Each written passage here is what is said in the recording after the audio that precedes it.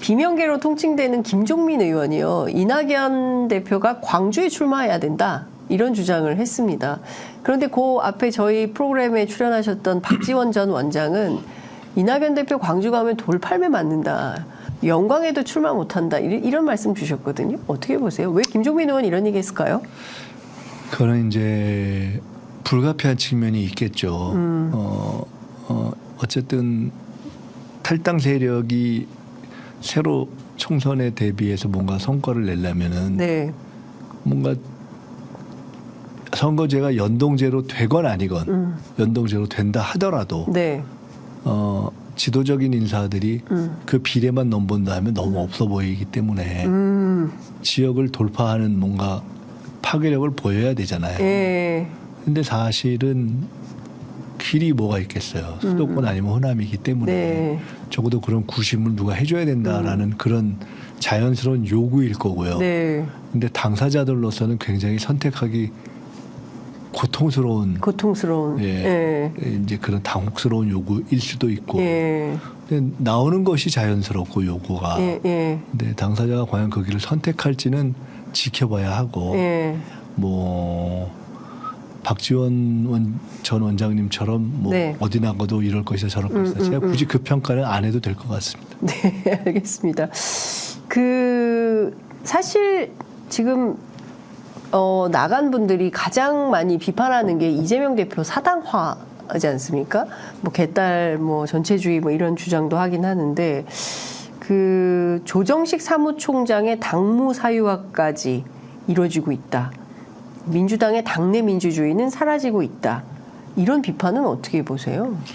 근데 이제 정치라는 게 비주류의 입장에서 이미 이제 탈당을 했기 때문에 비주류라고 보기도 어렵지만은 비주류의 비판은 끊임없이 경청해야 되지만 또 한편으로는 끊임없이 시비를 거는 측면이 있는 거잖아요. 그런 각도에서 본다면은 사실 오늘도 아침에 누가 그런 얘기를 하길 제가 들었는데 정말 그러네 이랬는데 흔히 친명계의 원외 새로 출마자의 핵심이라고 하는 분들이 대부분이 지금 많이 어렵잖아요. 강위원 광주 또 세종 이경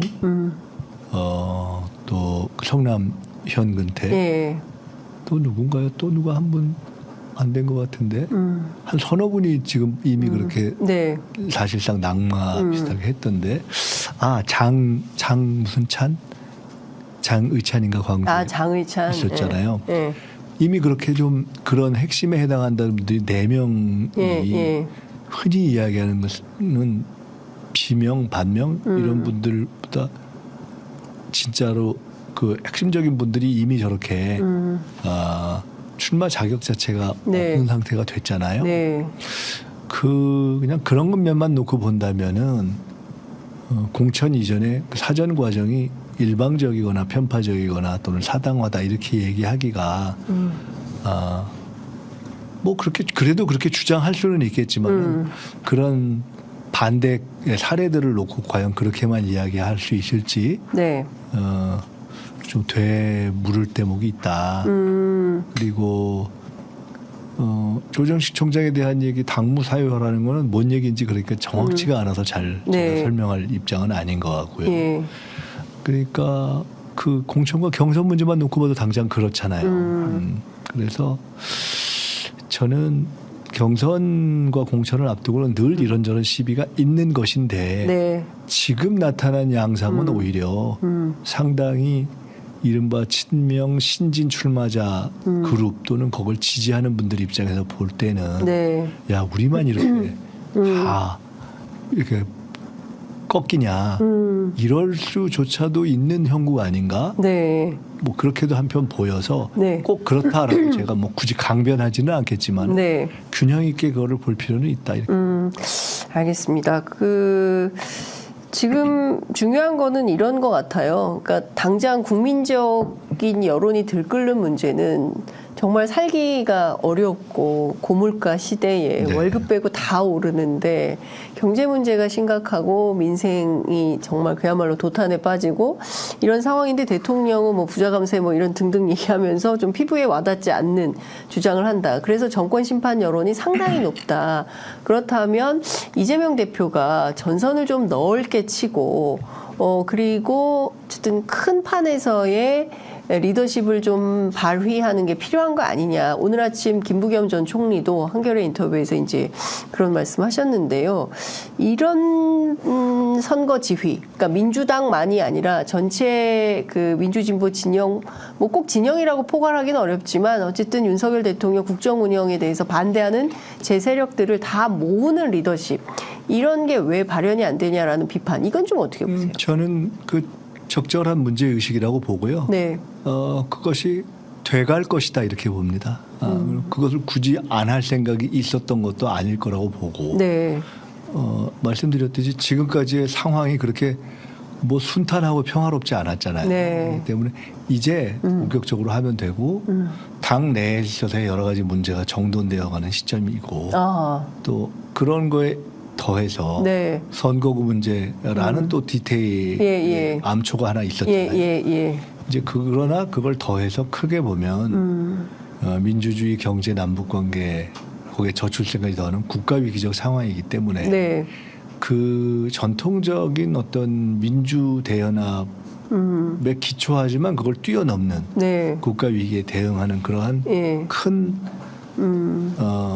협력. 네. 저는 이것이 당연히 필요하다고 보고요. 그런 방향으로 저는 당이 갈 거다라고 보고 있습니다. 민주당이 어디까지 손을 잡아서 연대 전선을 넓혀야 된다고 보십니까? 글쎄요, 그거는 구체적인 거를 딱 요거 해야 된다고 제가 생각하고 있는 딱 그 얘기하기가 어렵기 때문에 네. 구체적으로 질문하시면 글쎄요, 그 답을 할 수 있을지 모르겠어요. 예컨대 이준석 신당, 개혁신당하고 연대할 수 있습니까? 민주당이? 그거는 굳이 그럴 필요가 있을까요? 없다. 그것은 정체성도 맞지 않고 그것은 결과적으로 국민들이 볼 때 아유 윤석열 정권하고 조금 다른 쪽에 하여간 힘을 보태줘야 되겠다 해서 알아서 찍으시는 거는 그건 선택의 문제고 정체성이 다른 정치 세력이 연대라는 방식으로 가는 것은 맞지 않을 거고요. 아마 그런 선택은 이준석 당과 이낙연 당조차도 그렇게 하는 순간 당장은 달지 몰라도 굉장히 쉬운 결과가 나올 거다. 내지는 과정을 다 감수해야 될 것이 많아서 그렇게 갈 수 있을지에 대해서는 저는 좀 갸우뚱하는 편입니다. 이낙연, 이준석 연대도 쉽지 않은데 쉽든 말든 필요하면 하실 수 있겠죠. 어차피 정치 거기가 꼭 원칙으로 지금 출발한 정치 세력은 아니기 때문에 그냥 임시 변통의 필요에 의해서 출발한 거기 때문에 모든 걸 다 할 수 있다고 이미 스스로 얘기를 해서 이미 정체성이나 원칙에 입각한 정치를 하는 건 저는 아니라고 보기 때문에 하실 수 있겠죠. 근데 그러면 지금까지 답하지 못했던 굉장히 많은 새로운 질문들이 등장할 것이고 더 답하기는 어려워질 것이다. 결과가 그것이 플러스가 될지 말지 그거는 본인들의 선택이다 이렇게 봅니다. 알겠습니다. 그 정의당은 어떻게 해야 됩니까? 정의당이 선택을 하지 않겠어요? 정의당은 정의당의 선택을 존중한다. 네, 알겠습니다.